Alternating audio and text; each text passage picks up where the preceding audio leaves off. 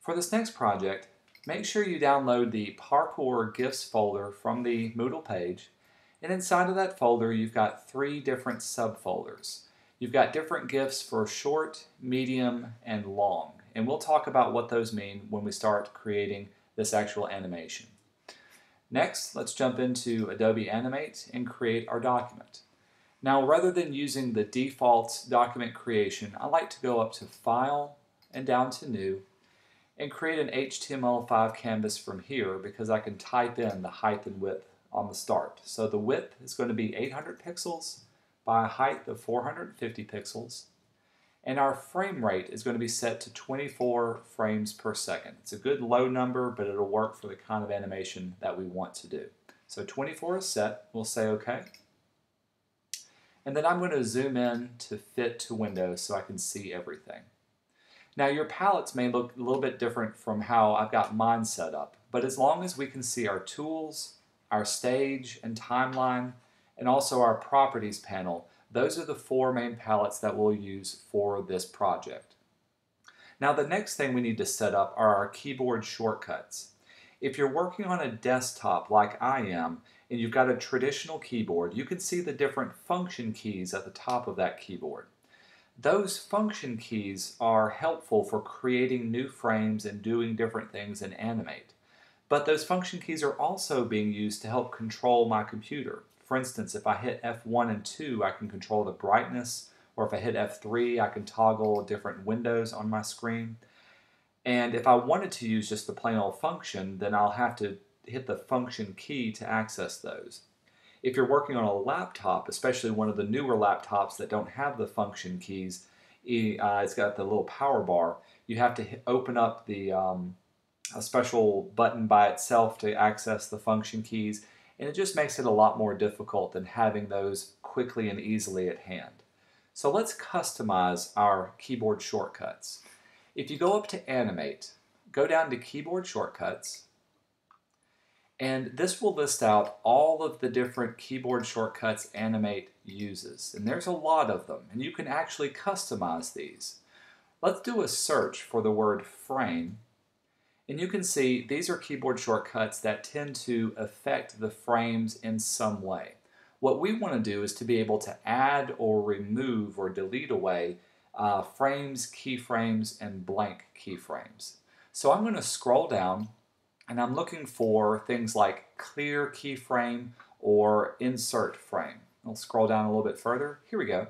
So I can insert a blank keyframe. Rather than using the function buttons, I'm going to use just the regular keyboard buttons, the keyboard numbers at the very top. So to insert a blank keyframe, I'm going to click right here till it's nice and dark, and I'm going to use 7 to insert a blank keyframe. To insert a regular frame, I'm going to do 5, and to insert a keyframe, I'm going to do, make sure it comes up, 6.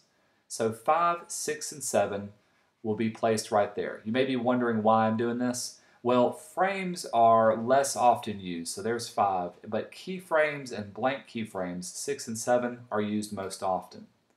Now to remove frames, I'll go back up here. If I wanted to clear away a frame, we'll click until I can see the highlight. This is where I may want to, let's see, if I'm adding a frame, it's 5. If I want to clear it away, I'll do Shift 5. If I want to insert a keyframe, it's 6. So to clear a keyframe, it'll be Shift 6. And then let's scroll down and see if there's another one. To remove frames altogether, I'll do Shift 7. And if there was any conflicts, it'll show up down here and it'll show where the conflicts are. Since these are all good, I've got my keyboard shortcuts set. We'll say OK, and let's begin actually creating our document. The first thing we want to do is to import the different GIFs into our, as references into our timeline. So down in the timeline, I'm going to rename layer 1 as Reference Video as the name of the layer, and I'll even drag this out so I can see the whole thing. In this first layer, this is where we're going to insert the different GIFs. So let's go to File, down to Import, and choose Import to Stage. This way it's going to place it directly onto the stage and not actually import it to our library because we're only going to be using these once. Now since these are large GIFs, it may take a little bit of time to do it, but let's go ahead and navigate to where we can find them. There's our parkour GIFs. I want you to do a 10-second video. So if there's 24 frames per second, to get 10 seconds, that's 240 frames. And if you look at the names for each one of these, I've got Parkour 130 or Parkour 137, 151. What that number represents is how many frames are in that particular GIF. So we want these to add up to at least 240 to get an A on here. So here's short ones, and here's also some medium length ones that we can have. So to get up to 240, I want you to combine whichever ones you want to work on. Naturally, if you do the Parkour 150 one, that's the longest one, and that'll give you the most frames. Or you can do a series of short or medium ones to add up to 240 to give you your full 10 seconds. Anything less than 240 frames is going to be a lower grade. Anything more, then you'll just be adding on and creating more awesome kind of work. So let's add one to here. I'm going to click on, let's see what 151. There's this one. And I hit the space bar, it gives me a little preview of what it looks like. So I'm just going to work on this one for now.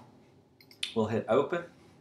And when it imports it to the stage, watch it create keyframes down here along my timeline.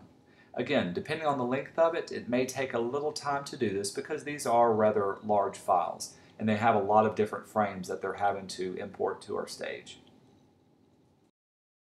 But you can see it's been done right now. To get to the end of this one, if you use the keyboard shortcuts of greater than and less than, you can have your little timeline toggle and move to each of the keyframes. Or if you hit Shift, and then in this case I'm going to do greater than, it'll go all the way to the end of the last keyframe. You can see I've got 150 of them loaded up. Let's scroll over. I'm going to select the 151st, the very one that's next to the last frame, and let's insert another one. We'll go to File, Import to the stage. Notice Command R is the shortcut for that one. And let's get a little shorter one. Go back to our GIFs. Maybe I'll do a medium range one. So there's one for 60. There's that. To import the 60, we'll say open. Again, this may take a few seconds to load, but that one actually came up pretty close. You can see now I've got 210 or 209. Let's do one more. Go to the very end, select the next level over. Let's import to the stage. All I need is about 30 more and I'll be good. So anything greater than 30 is what I can work on. Some of these shorter ones also look pretty good. There's one that's 27, but that's not going to work out. Here's one that's 35. Let's go for a good one. Oh, I like that one. So this one's 148. I'll hit open. And you can see this gives me more than enough. This one always goes over to 255 frames. So that's perfect for getting an A. Now let's hit Shift and the less than key. That'll take me all the way back to the beginning first frame. Now to do our drawings, let's lock down our reference video layer and create a new layer on top of it. Oops, not a folder, though a folder may come in handy. New layer. And we're going to call this Rotofigure, R-O-T-O-F-I-G-U-R-E. In Rotofigure, this is where we're going to draw off the figure of our character. And I primarily want you to focus on his figure. Later on, we can add things like background and color and those kinds of stuff. I really want you to animate just the person. As we animate, we'll need to insert some blank keyframes along this area and only work in this top layer. So choose the first keyframe, and you can either go to Insert, down to Timeline, and here you can see we can create frames, keyframes, and blank keyframes. What we want to insert are our blank keyframes, and you can see it'll add a little frame down here that doesn't have a black hole in it. It's just a white open hole until it actually adds content to it. Remember, we also had our keyboard shortcuts, so I can hit the 7 key and create a series of keyframes. But the main thing is, make sure you have a new keyframe or a blank keyframe before you start drawing off the next bit, else it will not work. So let's go back to the first keyframe and start working from here. Now the tool I want to use, if we look at our little toolbox, is called the brush tool. This is different from the paint brush tool, which is actually kind of a vector-based brush tool. We want to use one that will allow us to freehand draw or quickly and easily draw just brushes, just brush shapes. And if we look down at the bottom, the fill color is what's going to be our main color to work with. I'm going to choose a fill color that contrasts with the background so I can see it really, really well. Instead of using black or white, I'm going to use something that's a little bit brighter. So I would recommend either a red or a blue or maybe even a green, just so I can see what's drawing. Also, having those different colors kind of makes it look, your animation look a little funky and adds some personal style to it. I like working in red, so that's what I'm going to use. The style of brush that we have will be down here at the bottom, and the drawing mode that we want to work in is drawing mode turned off, or object mode turned off. If I look at my properties, I can see right here that the mode is off. Second, we're going to paint like normal. The kind of brush you want to use, I'll leave it up to you. I like to use a round brush, but if you want to use a more calligraphic or an oblong or a square brush, that's also okay. I really do want you to have a good style for what you have. The size of it can vary depending on how you want to use your brush. Now you can have a preset size, or if you're working like I've got a digital drawing tablet set up, and I can turn on my pen pressure, which will allow me to change the size of the brush as I draw. So it really depends on your preference. If you don't have a drawing pad, totally fine. Here's what I would do. Choose the style of brush that you want, and then choose the size that you want. When you come over to the properties, you can actually preset some sizes that you commonly use. For instance, if I wanted to outline my figure in a dark or a thick outline, I can choose the size that works. So let's say the size of this one, I think that's a little too thick. Let's make that a 3. And so there's one size for the 3. And if I wanted to go inside with a smaller brush, let's say we'll make that insides a 2 size. Let's make it even smaller. Set it to 1. So there's the inside brush. Well, you can save these brushes by pinning them. The little pin button beside the word size will add the preset of 1. And let's add a 3 and pin a 3 there. So now you can quickly toggle back and forth between those two different size brushes as you draw. Now this all depends on your personal style. The other thing I'll talk about is how you want to fill your character in. For this project, I want you to paint off all of the details of your character for each and every frame. And this will take a little bit of time, but this will give you lots of practice in working with your drawing. As far as the details go, I want to see all of the limbs, the shirt, the pants, the clothing that he has, and also a few details like his hair and if you can indicate where the eyes, nose, and mouth are. What I don't want to see is just a quick rough sketch or stick figures. So don't think you can get away with just doing a quick gesture drawing and that'll be your character. That's not what I'm looking for. So let me draw off the first one and show you what I would do. Again, I'm going to turn off my pressure sensitivity for now just to show you that you can use your mouse for this drawing. I've got a thicker brush and I'm going to carefully go along maybe the outer edges of this character just to get the basic contour shape of his shirt. Then I'll go along here for his pants. Remember, when you look for contour shapes, you're looking for major lines. And so I know there's one leg and there's another. These lines don't have to connect. You can have little points that disconnect, especially if it's at a corner or some other little piece. There's his thumb. Then we'll do the outline of maybe the hair. Again, I'll do this a little bit quicker. Give an indication of a nose, and then finally let's come back down here to his feet and draw those off. You'll find after doing the first second or so, so the first 20 or so frames, you'll get into a good rhythm of how things should look and how you can quickly draw it off. So I've drawn off some of the major parts of this figure. I'm going to grab a smaller brush, a one size. Now I'm going to go in and fill in some of the details. And in my case, I kind of just want to add some shadow details to him. Think about shadows, think about contours, think about what this guy would look like if you had to redraw him. Maybe I don't like those shadows, so I'm going to undo everything that I did. Yeah, I like the direction of these shadows. Using a drawing tablet does make this process go a lot quicker, but you don't have to have a drawing tablet. By the way, I do have both a bamboo and a Wacom and a Huion style of drawing pad.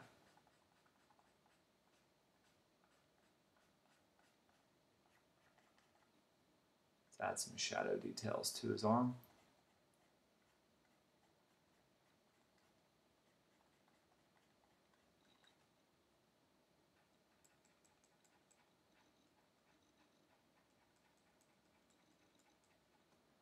And we'll do some for his leg as well.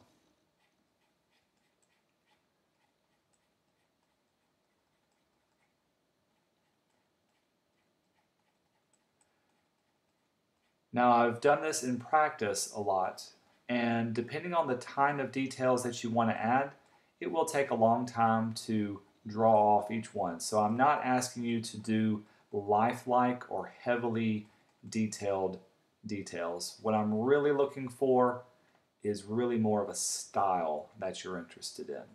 And this is one style that you can do. The next frame I'll show you another style that you have. Okay, so that I have my figure already drawn. Maybe I'll keep his hair solid like this.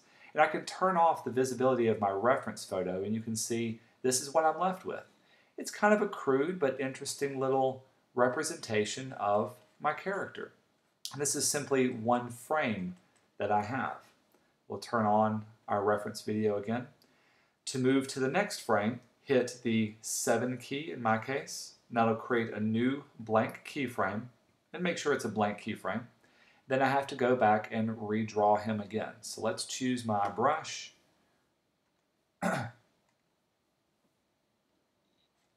Again, we'll choose our 3 size. Another style that you may want to work in is to simply fill in some of the colors. So rather than doing hash marks to give an idea for shading, you can actually fill in solid colors for this guy. I'll leave this up to you for your interpretation. The primary purpose of this exercise isn't only to teach you animation techniques, but also get you used to working in Animate as a drawing and painting environment. In the future, we don't always have to use Animate. As a matter of fact, you can use Photoshop and Illustrator to create your illustrations as well, and that's what we'll be using in the future. But let's quickly finish this guy out.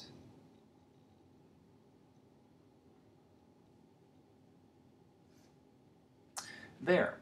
Now, in order to fill this in correctly, we want to make sure that all of the areas are nice and closed off. So if you see like at the top of his face, there's a little gap right here, or maybe we'll find some other ones. We don't want to have any gaps in our lines because I want to choose our fill paint bucket, and then we can fill in all the different areas with a solid color. So if I wanted to say give him a blue shirt, and then maybe his arms will be orange, and will the face and hair be orange. Maybe if I wanted his hair to be black, this is where I would have to choose my paintbrush tool. Excuse me, let's make it orange or red. And we'd have to actually connect his hair. So now we can fill it in with that orange, or let's choose a darker black. and fill in all of these different spots as well. But filling it in with a solid color will make it go a little bit faster instead of filling in each and every single detail with shading. Now you can actually focus on doing full-on colors. Let's see, we'll pick up that orange again, get his leg. You get the point from here.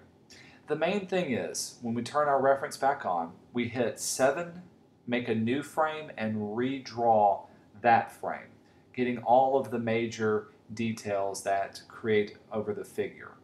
Once the figure is completely finished, and I would actually recommend doing the entire 10-second sequence, then you can go back with some background and fill in some little background or other objects that he's interacting with, those kinds of details as well. But really it's the figure that I want to mainly show you. I'm going to pause the video right now and actually show you one of the, I finished up about 1 second of drawing for my main figure, so I can show you what that would look like. Alright, so to continue on, I've actually had to change my computer, so if this looks a little different, that's okay. Same setup. I've drawn off several frames, roughly a second, actually closer to 2 seconds worth of animation. And you can see on my timeline, I've got each one of these cells has some drawing content to it. And if it doesn't have content, that simply means I have a blank keyframe. You can see those listed here. And as I press my greater than symbol, I can scroll through and see each of the frames that I've drawn. Since I've turned off my reference layer, all you're seeing are my drawings. And of course I can hit my less than symbol and go back. Now, pay attention to the quality that I have. Notice on this first one I've added just some simple hatch shading. Later on you can see I've abandoned the hatch shading, and this was simply for time constraints. These roughly 43 frames that I drew took me the better part of 2 to 3 hours. So if it takes you a little bit of time, totally okay. That's the way it should do. What I would recommend doing is doing just a couple of, doing 1 second maybe every day, and then after a couple of days you got the whole 10 seconds already finished.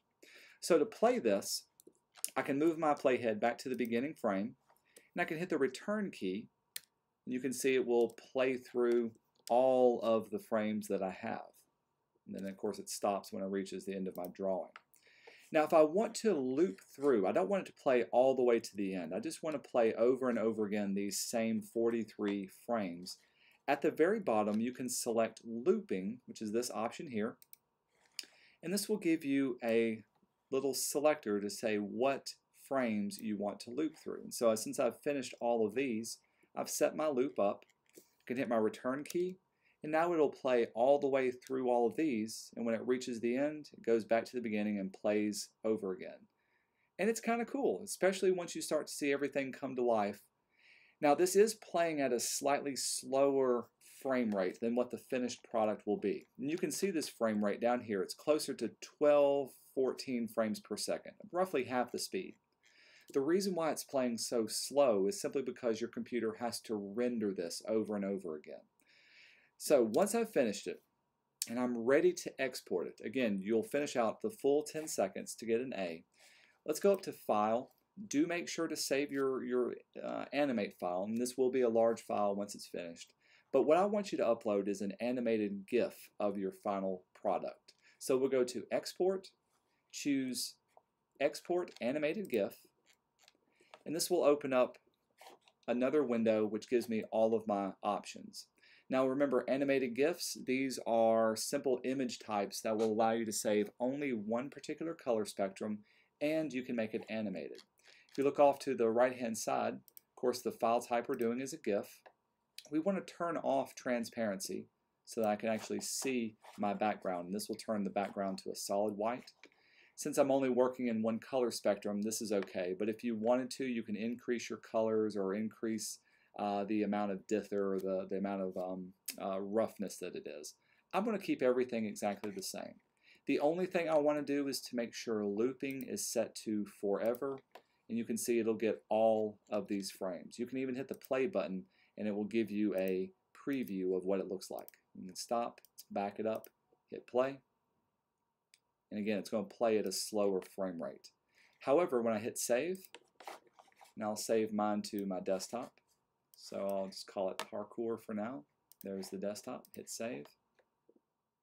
It'll take just a second, and I can be able to find this GIF on here. And you can see now the GIF is actually playing at a much faster frame rate, the true frame rate of 24 frames per second. This GIF, once you've done all 10 seconds, is what you're going to upload to the Moodle page to turn in your project. You don't need to save your Parkour Animate file, although do hang on to this file, because if you need to go back and make changes, that's what you'll do. And just to reiterate, I'm looking for a good, solid drawing of your figure. Indicate the different parts of him, his hands, feet, his hair, simple facial features. Give me some folds or some idea of color or of shadow. I don't want you to spend forever drawing these. It does take a long time. And later on, I don't have it here, I'm going to give an indication of some background, especially something that he's stepping on or moving over or jumping into. And I'll leave that up to your discretion. Hopefully by later in this week, you'll see me post my finished work to the classroom discussion forum, and we can all share our content once it's due. All right, that's this for this one. Let me know if you have any problems or questions.